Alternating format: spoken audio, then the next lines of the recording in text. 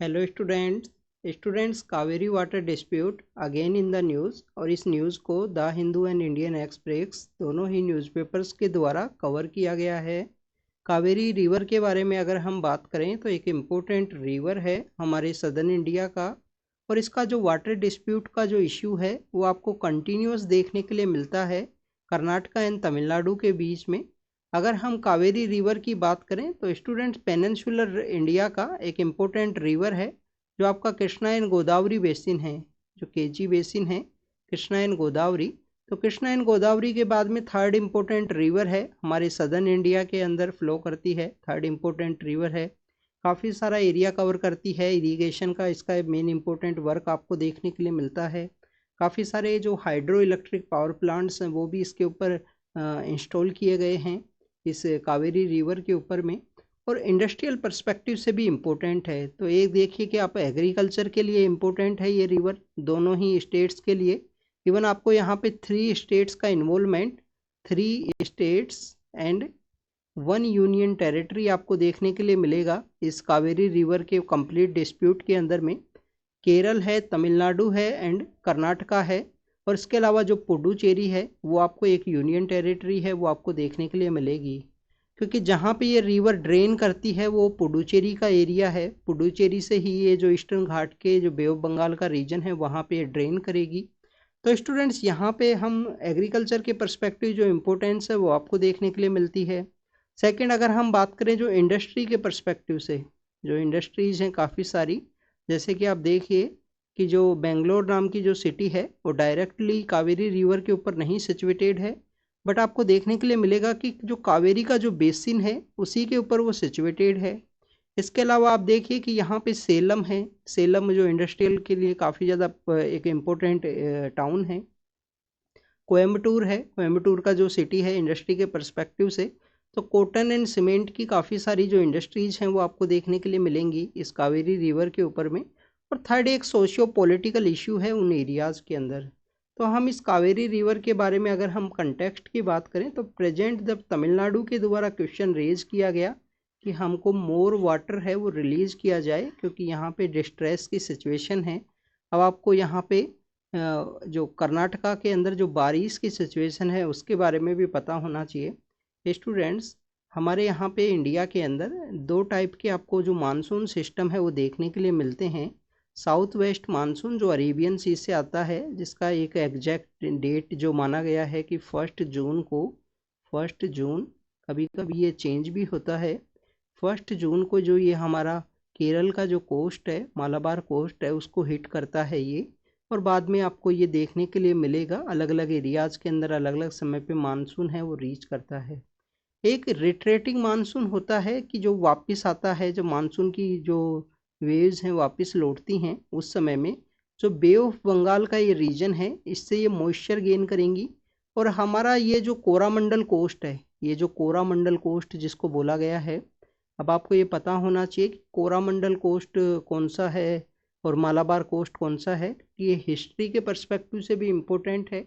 अभी हिस्ट्री में कैसे इम्पोर्टेंट है आप देखिए कि मॉडर्न इंडियन हिस्ट्री के अंदर आप एक रीड करोगे, मॉडर्न इंडियन हिस्ट्री के अंदर आप एक टॉपिक रीड करोगे कि जो डांडी मार्च हुआ था, जो डांडी मार्च हुआ था, डांडी मार्च कब हुआ था? 12 मार्च को ये स्टार्ट हुए, 6 अप्रैल को हमारे गांधी जी डांडी के ऊपर पहुंचते हैं, साबरमती से इन्होंने स्टार्ट किया था। और इस डांडी जो रीजन है गुजरात के सदर्न पार्ट में, वहाँ पे ये पहुँच के नमक बनाते हैं।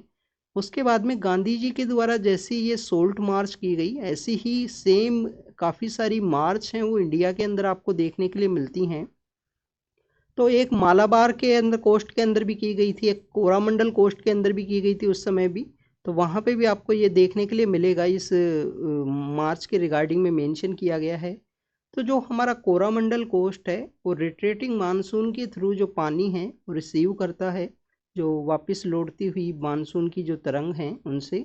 और ये जो हमारा तमिलनाडु का जो रीजन है इसके अंदर आप कुछ पौडीचेरी का भी एरिया है, उस एरिया को जो पानी है आंध्र प्रदेश तमिलनाडु उनको रिट्रेटिंग मानसून के थ्रू ही भी जो मानसून है वो रिसीव होता है वहाँ पे।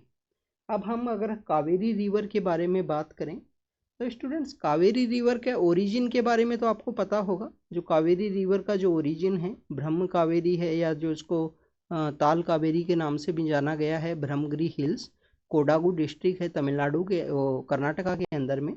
कोगाडू डिस्ट्रिक्ट है कर्नाटका के अंदर में, वहाँ पे ये ओरिजिन होती है। तो कोगाडू डिस्ट्रिक्ट है कर्नाटका के अंदर में। स्टूडेंट्स अब ये यहाँ पे आपने सोचा होगा कि 3 स्टेट्स में केरल क्यों मेंशन किया गया है। स्टूडेंट्स कावेरी की काफ़ी सारी जो सहायक नदियाँ हैं, जो इसकी ट्रिब्यूटरीज हैं, वो वहाँ आपको मैक्सिमम केरल से देखने के लिए मिलती हैं।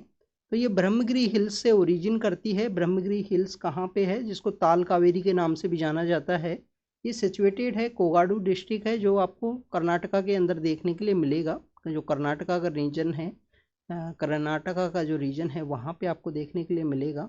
इसके अलावा स्टूडेंट्स अगर हम बात करें कि यहाँ पे इस रिवर का जो ट्रिब्यूटरीज हैं उनके बारे में, तो जो लेफ्ट बैंक ट्रिब्यूटरी हैं, जो रिवर को लेफ्ट साइड से ज्वाइन करती हैं, वो जो लेफ्ट बैंक ट्रिब्यूटरी हैं, उनके 3-4 नाम हैं। अर्कावती है, हेमावती है, आप देखिए अर्कावती है, अर्कावती है, हेमावती है, अर्कावती, हेमावती। एक आपको सिमसा नाम से भी देखने के लिए मिलेगी, अर्कावती, हेमावती, सिमसा और हारंगी। हरांगी या हारंगी जो है, ये ऐसी 4 रिवर्स हैं जो लेफ्ट बैंक ट्रिब्यूटरी हैं। ऐसे ही आपको जो राइट बैंक ट्रिब्यूटरी हैं वो भी रिवर की देखने के लिए मिलती हैं, जिसके अंदर है भावानी है, भावानी है, काबानी है, काबिनी भी बोलते हैं उसे, काबिनी, भावानी, काबिनी, भावानी, काबिनी। इसके अलावा स्वर्णावती, स्वर्णावती, स्वर्णावती ये रिवर है। स्वर्णावती के बाद में आपको अमरावती नाम की और नोइली नाम की कुछ नदी हैं, वो आपको राइट बैंक ट्रिब्यूटरी के रूप में देखने के लिए मिलती हैं कावेरी का। अगर हम कावेरी के बारे में बात करें तो इस कावेरी रिवर को पोनी के नाम से भी जाना जाता है, पोनी के नाम से जाना गया है। आप देखिए ये तमिलनाडु के अंदर इसको पोनी के नाम से बोलते हैं टोटल इस रिवर को, ये भी आपको पता होना चाहिए। इसके अलावा स्टूडेंट्स अगर हम बात करें 1892 के समय, कॉलोनियल एरा के समय, और 1924, ये 2 ऐसे एग्रीमेंट हैं जो मैसूर और मद्रास के बीच में साइन किए गए थे इस रिवर के द्वारा, रिवर के ऊपर वाटर शेयरिंग के रिगार्डिंग में। फिर आपको आज़ादी के बाद में, हमारी जो इंडिपेंडेंस हमने अचीव की, उसके बाद में आपको 1974 के समय ये डिस्प्यूट अरेज होता है। इस डिस्प्यूट के ऊपर अलग अलग से जो हमारे यहाँ पे कॉन्स्टिट्यूशन के अकॉर्डिंग अगर हम बात करें, हमारे यहाँ पे वाटर डिस्प्यूट को डील करने के रिगार्डिंग में जो कहाँ पे मेंशन किया गया है स्टूडेंट्स, आपको पता होना चाहिए ये सब। वैसे article 262 inter state water dispute को आर्टिकल 262 के थ्रू डील करने की बात की गई है। यहाँ पे जो ट्राइब्यूनल्स है उनको कॉन्स्टिट्यूट किया गया 2007 के समय। 2007 का जो समय है, उस समय कावेरी वाटर डिस्प्यूट के वाटर ट्रिब्यूनल के द्वारा अपना जजमेंट है वो रिलीज़ किया गया। बाद में 2018 के समय ऑनरेबल सुप्रीम कोर्ट के द्वारा उस जजमेंट को मॉडिफाई करवाया गया, उस जजमेंट को मॉडिफाई किया है। इसके अलावा स्टूडेंट्स अगर हम एंशियंट के पर्सपेक्टिव से बात करें, या हमारा जो इकोनॉमी के पर्सपेक्टिव से बात करें, तो ये रिवर के ऊपर आपको काफ़ी सारे जो कॉटन एंड सीमेंट की इंडस्ट्री हैं, जो कॉटन एंड सीमेंट की जो इंडस्ट्री हैं वो आपको देखने के लिए मिलती हैं, जिसके अंदर आपको सेलम नाम का जो शहर है, सेलम है, कोयम्बटूर है, कोयम्बटूर है, ये आपको इसी रिवर का जो बेसिन है उसके आसपास सिचुएटेड देखने के लिए मिलेंगे। और इंडस्ट्रियल टाउन्स हैं दोनों के दोनों। कोयम्बटूर के अंदर तो आपको ऑटोमोबाइल इंडस्ट्री है वो भी देखने के लिए मिलती है, बट वो वाटर से रिलेटेड ना होने की वजह से उसको यहाँ पे मेंशन नहीं करेंगे। इसके अलावा स्टूडेंट्स एंशंट समय में एक पोर्ट हुआ करता था, जिसका 2023 के अंदर जो प्रीलिम्स का पेपर है उसके अंदर उससे पूछा गया है। पोमपुहार, पोमपुहार, जो पुहार नाम का जो पोर्ट है, एंशंट पोर्ट सिटी है, ये भी इसी रिवर के ऊपर सिचुएटेड है। संगम एज के समय का है। संगम मीन्स द असेंबली, और ये 2023 का जो प्रीलिम्स का पेपर है उसके अंदर इसके बारे में पूछा गया है। इसके अलावा स्टूडेंट्स, आफ्टर द इंडिपेंडेंस यहाँ पे एक डैम भी क्रिएट किया गया, जिसको एशिया का फर्स्ट हाइड्रो इलेक्ट्रिक डैम के रूप से जानते हैं, कि एशिया का पहला हाइड्रो इलेक्ट्रिक जो डैम है वो यहाँ पे बनाया गया था। उस डैम का नाम है सिवाना समुद्रम। सिवाना समुद्रम उस डैम का नाम है, शिवा समुद्रम या सिवाना समुद्रम उस डैम को बोलते हैं। तो student, this is all about the Kaveri river से रिलेटेड जो इन्फॉर्मेशन है वो हमने डिस्कस की। अब आपके लिए यहाँ पे एक होमवर्क ये है कि जो पुडुचेरी है, पुडुचेरी का कौन सा एरिया है जिसके अंदर की ये अपना जो पानी है वो शेयर करता है, कराईकल है या मेन पुडुचेरी है, ये आपको पता होना चाहिए। क्योंकि हमारी पुडुचेरी जो यूनियन टेरिटरी है वो 4 जगह सिचुएटेड है, माहे, यनम, कराईकल एंड पुडुचेरी खुद। तो ये आपको इनके बारे में इंफॉर्मेशन होनी चाहिए, आप कमेंट सेक्शन के अंदर बताना। तो thank you students, thank you very much.